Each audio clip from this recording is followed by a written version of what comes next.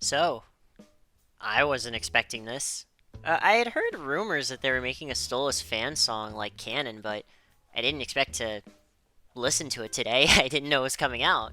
So, yeah, just look my way. It's technically new, but not really, because it actually came out 2 years ago.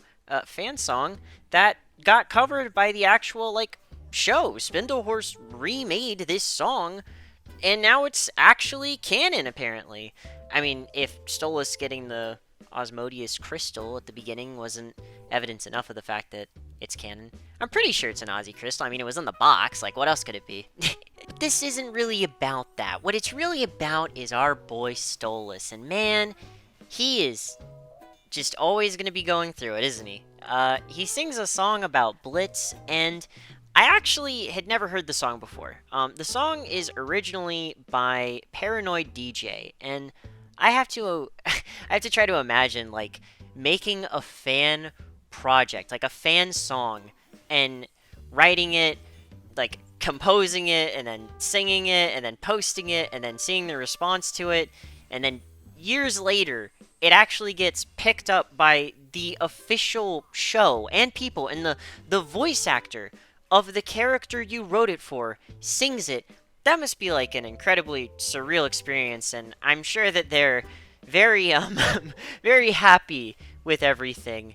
And it kind of paints a weird lens around things where yeah, this fan project is now just like official and canon, and it's been slightly changed to sort of fit the canon realm, but I'm not gonna be like as hypercritical of it because, like I said, it was a fan project, and I don't want to shit on the spirit of like fan projects kind of rising up the ranks and then being so good that they become official. I think that's really cool. I'm gonna say it. I think that's really cool. I think it's really important to like encourage your communities to create like good pieces of work. And I think it's a testament to the fact that a lot of people have a lot of investment in the show to the point where they make these types of fan projects. When this song originally came out, the most recent episode was Truth Seekers. I looked it up. I looked at the release date. No, it wasn't Ozzy's. That came out in Halloween. Bitches! So the original context of this song, which is like Stolas' lament, predates the episode Ozzy's, which is weird to think about because that episode kind of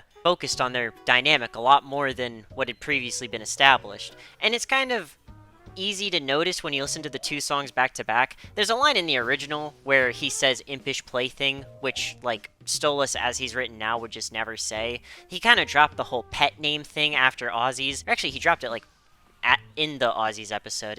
It's kind of weird, I don't know. And it's been a really interesting sort of thing listening to these two songs back to back because, like I said, I've never listened to either of these songs before, so hearing each version, hearing the new version, and then going back and listening to the original, yeah, it's not a bad song. It's not exactly like my cup of tea, but both versions are performed very well. I'm the voice actor Stolas Bryce does an amazing job singing it. He very clearly a good singer. Okay, he's very clearly a good singer. That's not to discredit Paranoid DJ, but like holy shit, he hits those notes. Like what the fuck, man. As for the contents of the actual song and music video, it's really basic, I feel. I feel like a lot of the direction of it is pretty straightforward, especially considering the fact that Stolas has his like spacey outer space stars powers that he kind of just uses for like really cinematic moments, it seems. Every time he's about to sing a song, he goes to outer space. It's kind of a staple at this point. And it's not bad. I mean, I like the visuals. I like the effects that they use to animate like all the backgrounds and stuff in space. But when the whole music video is just him like wandering through space and then there's like one item on screen that's a symbol of like Blitz, that's kind of not really the the most interesting thing to look at, I'm going to be honest. But it is a very sufficient music video. It gets the job done, and I'm sure that the people who animated it had a lot of fun working on it. There aren't like any kind of crazy shots that look way janky, which is good. Which is good. The like level of quality throughout the music video is very consistent and very high. And I think that you could take most frames of it and make it into a wallpaper, and it'd look pretty good. I already know this is someone's like iPhone background, so that's interesting. But yeah, this music video kind of is just like whatever. If the major plot point of like Stolas getting the crystal is just dropped in this music video, that's gonna feel kind of weird to me. Not really, I guess, because I guess it would always have been implied that he gets it off screen at the end of the oops, but I don't know. Feels a bit weird. But it's ultimately not like the biggest problem. That sparking him into singing a song about Blitz and the whole dynamic he has. The original song was written from the arrogance of Stolas, and it was written about how he's in a very arrogant position and he's trying to give Blitz everything he thinks he would want, but Blitz is not giving him his attention. Like, Blitz won't even look his way. And it kind of warps this perception of Blitz in Stolas' mind, where Blitz sees Stolas as someone who's, like, chaining him down and, like, thinks that he's much better than everyone. Which he kind of thinks of himself as in the first, like, couple of episodes of Season 1. He sees himself as a lot better than all the other people. He refers to other people as commoners. He refers to, like, in the Harvest Moon episode, he's like talking about how it's like, oh, it's so fun to go and see the Wrath Ring and see all you guys down here. You know, you provide for the royal family, which is so nice. Thank you. I never get out here. You know, it's unintentionally coming off as like he's ignorant to how much of an asshole he's being, right? And I thought that was a very core part of his character. It kind of got dropped later into the episodes, like Season 2 it kind of started getting dropped, or I guess it hasn't really come up that much because he hasn't really been interacting with many commoners. It just feels kind of weird. I'm happy to kick off the start of these games that will challenge the toughest imps to show their skill and dominance. Good luck to you all! Like, this song came out 2 years ago, but the original lyrics, like, still mostly fit, and I think, like, there's a line in the original song that I'd have to check again. Actually, I'm gonna check real quick right now. Yeah, okay, sorry, I had to check the songs again.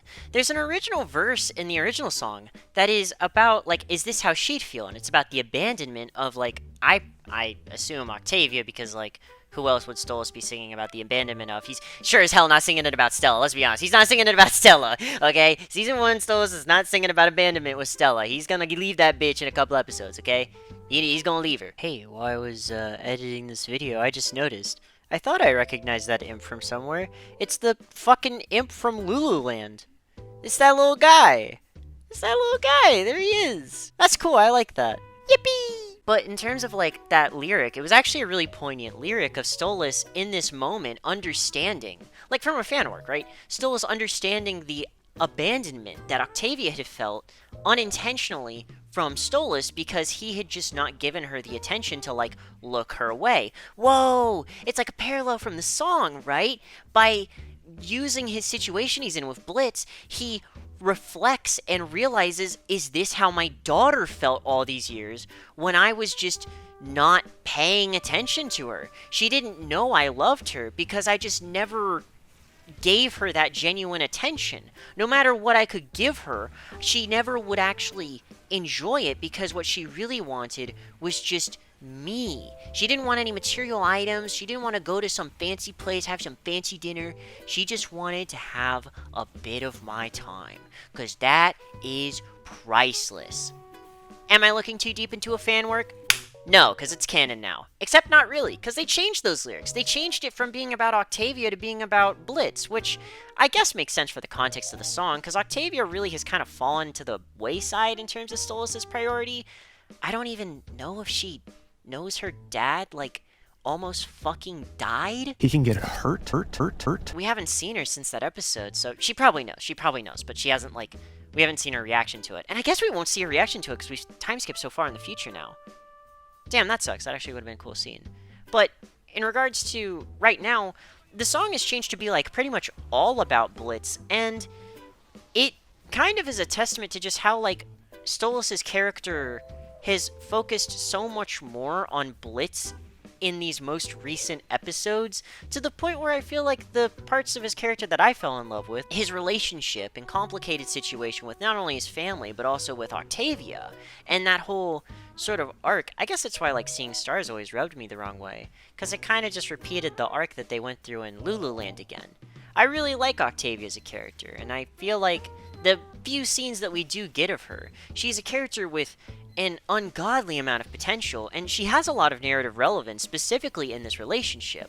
In Lululand, the whole reason there's conflict is because Octavia thinks that she's getting abandoned for Blitz, that Stolas is gonna run off with that imp and just leave her behind.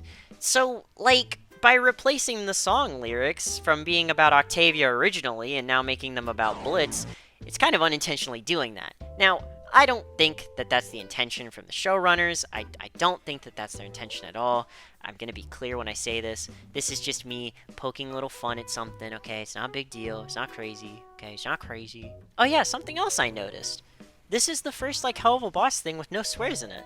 Which is kind of funny because of the whole, like, blank if it was written by Hell of a Boss thing that's been going around on Twitter. Yeah, I was going to make a video on that, but I just didn't feel like it, so yeah, I'm not making videos on it.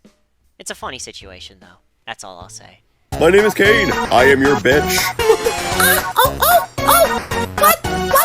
What the fuck? But ultimately, I really like this music video. I don't have anything like too crazy to say about it. I think it's perfectly serviceable.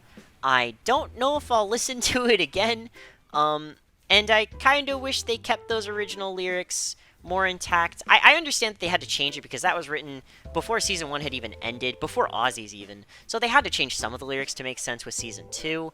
But that line about Octavia, like that verse, like, that would be a really cool moment to have Stolas reflect on the fact that this is how Octavia feels being abandoned. Because, like, even though there are sort of scenes like that in the show, like, Stolas kind of just says in Seeing Stars, like, oh my god, oh no, it's that day, oh, I totally forgot because I was beefing with your mom. Shit. I wish he would have a more, like, genuine moment to be like, oh, we're breaking to a new layer of Stolas' like, self, and him reflecting on why he's turned out this way, why his relationship's like this. It kind of feels like Stolas is just whining about, like, the same thing over and over and over again.